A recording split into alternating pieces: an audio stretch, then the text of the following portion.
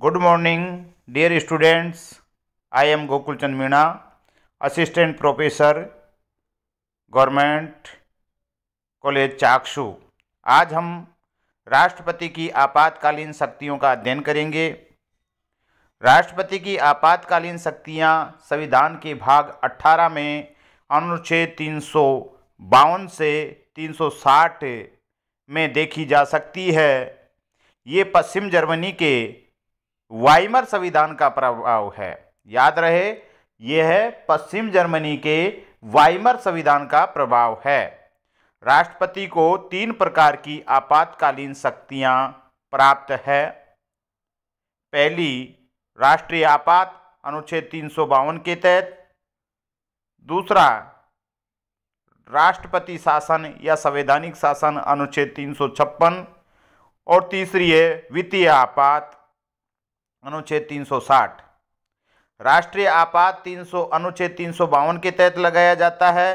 इसके कारण होते हैं जब कोई युद्ध हो, कोई बाह्य आक्रमण भारत पर हो, या भारत के आंतरिक क्षेत्रों में कोई सशस्त्र विद्रोह हो, तो ये लगाया जाता है। 44वां संविधान संशोधन 1978 द्वारा ये जोड़ा गया कि यह आंतरिक अशांति के नाम पर नहीं लगाया जाएगा, केवल सशस्त्र विद्रोह के आधार पर ही लगाया जाएगा। इसके लिए कैबिनेट की लिखित सिफारिश 44वें संविधान संशोधन के द्वारा जोड़ी गई कि इसके लिए कैबिनेट की लिखित परामर्श होना चाहिए। 1 माह के अंदर संसद के दोनों सदनों के दोहरे बहुमत के द्वारा ये प्रस्ताव पारित होना चाहिए, तभी ये घोषणा आगे जारी रह सकती है। अनुच्छेद 352 में राष्ट्रपति की आपातकालीन शक्तियों का प्रावधान है। अनुच्छेद 352 के अंतर्गत राष्ट्रीय आपात के 3 आधार बताए गए हैं। पहला युद्ध, दूसरा बाह्य आक्रमण, तीसरा सशस्त्र विद्रोह। आंतरिक अशांति के स्थान पर सशस्त्र विद्रोह शब्द 44वें संविधान संशोधन अधिनियम 1978 द्वारा जोड़ा गया था। 59वां संविधान संशोधन 1987 द्वारा पुनः आंतरिक अशांति शब्द जोड़ने का प्रयास किया गया था, लेकिन 63वें संविधान संशोधन अधिनियम 1990 द्वारा आंतरिक अशांति शब्द को हटा दिया गया। 44वें संविधान संशोधन अधिनियम द्वारा ये प्रावधान किया गया कि राष्ट्रपति राष्ट्रीय आपात की घोषणा तब तक नहीं करेगा जब तक कि मंत्रिमंडल इसकी लिखित सिफारिश नहीं करेगा। नोट, कैबिनेट शब्द या मंत्रिमंडल शब्द का प्रयोग केवल अनुच्छेद 352 में है और ये 44वें संविधान संशोधन के माध्यम से जोड़ा गया है। दूसरा, राष्ट्रीय आपात की घोषणा को संसद के दोनों सदनों में 1 माह के भीतर दोहरे बहुमत से पारित होना आवश्यक है। एक बार घोषणा पारित होने के बाद घोषणा की तिथि से 6 माह तक प्रभावी रहता है। कहने का तात्पर्य यह है कि यदि संसद एक बार पारित कर देती है तो ये 6 महीने तक प्रभावी रहता है। 6 माह की अवधि के बाद संसद को दोबारा पारित करना होगा। इसकी अधिकतम अवधि कितनी भी लंबी हो सकती है। यदि राष्ट्रीय आपात की घोषणा के समय लोकसभा विघटित हो तो राज्यसभा के दोहरे बहुमत से ही आपात काल को क्रियान्वित हो सकता है, लेकिन जैसे ही लोकसभा प्रभाव में आ जाए तो 30 दिन के अंदर लोकसभा की स्वीकृति आवश्यक है। नोट, सामान्य बहुमत कुल का 50% प्लस 1 होता है। मतलब जैसे अपने यहाँ जो सदस्य हैं उनका 50% प्लस 1 होता है, जबकि दोहरा बहुमत कुल का 50% प्लस 1 होता है कुल संख्या का। वो उपस्थित सदस्य का होता है साधारण बहुमत, ये कुल सदस्य संख्या का होता है। विशेष बहुमत में दोहरा बहुमत प्लस 1/2 राज्यों का समर्थन आवश्यक होता है। राष्ट्रीय आपात का प्रभाव, पहला, केंद्र की शक्ति बढ़ जाती है, अर्थात राज्य उसके निर्देश का पालन नहीं करता है तो राज्य में अनुच्छेद 356 के तहत संवैधानिक शासन लगाया जा सकता है। 2, अनुच्छेद 250 के अंतर्गत संसद राष्ट्रीय आपात के समय राज्य सूची पर कानून बना सकती है। 3, राष्ट्रीय आपातकाल में लोकसभा का कार्यकाल 1 वर्ष के लिए बढ़ाया जा सकता है। मौलिक अधिकारों पर इसका क्या प्रभाव पड़ता है? युद्ध व बाह्य आक्रमण की परिस्थिति में अनुच्छेद 358 के अंतर्गत अनुच्छेद 19 में दिए गए मौलिक अधिकार तत्काल निलंबित हो जाते हैं।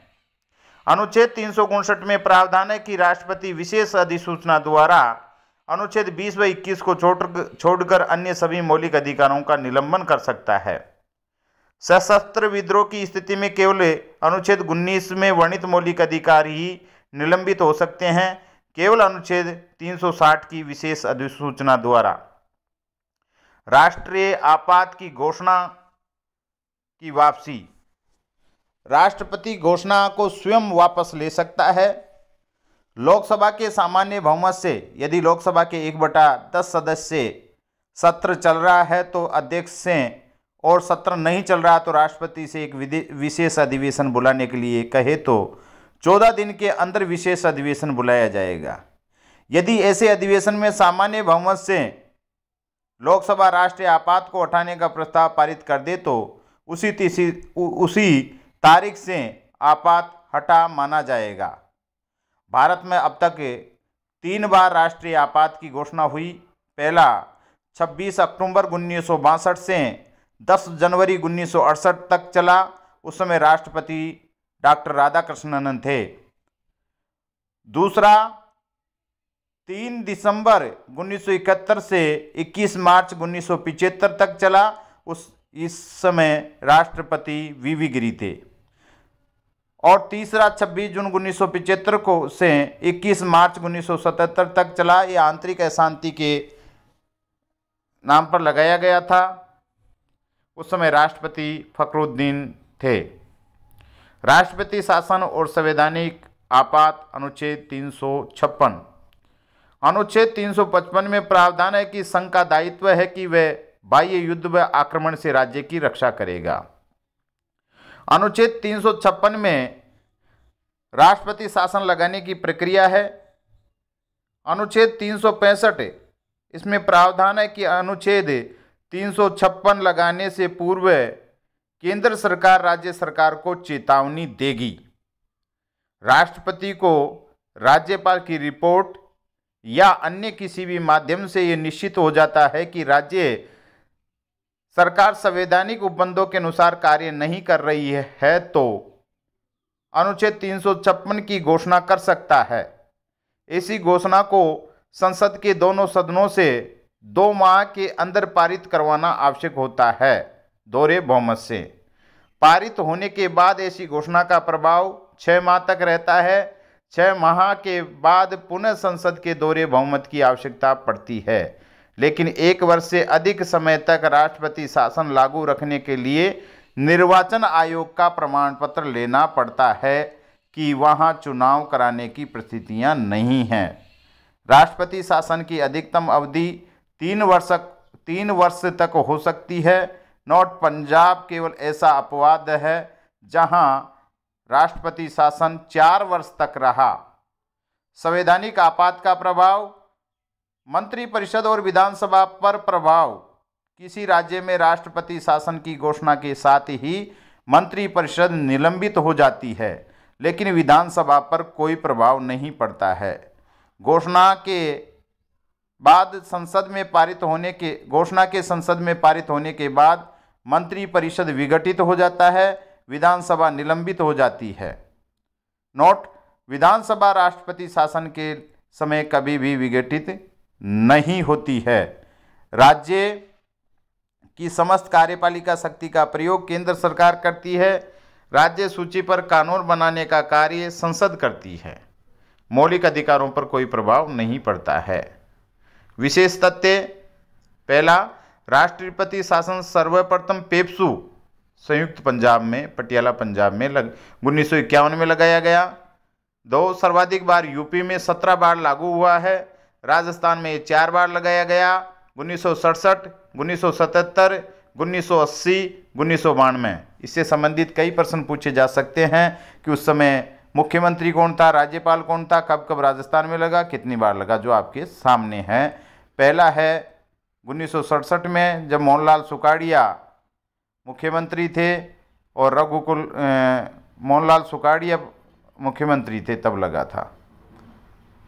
दूसरा हरदेव जोशी के टाइम लगा, तीसरा भैरों सिंह शेखावत के समय लगा, चौथा भी भैरों सिंह शेखावत के समय ही लगा था।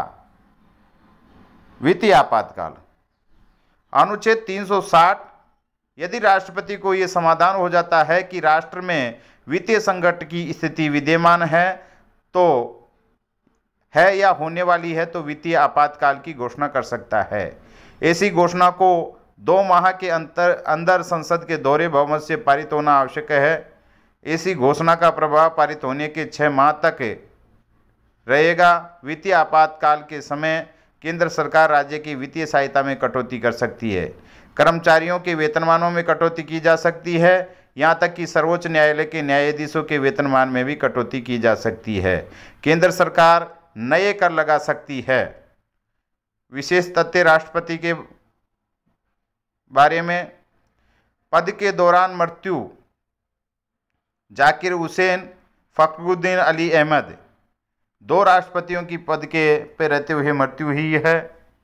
राष्ट्रपति जो उपराष्ट्रपति भी रहे, डॉक्टर राधाकृष्णन, जाकिर हुसैन, वीवी गिरी, एम हिदायतुल्लाह, वेंकट रमन, शंकर दयाल शर्मा, के.आर. नारायणन आदि।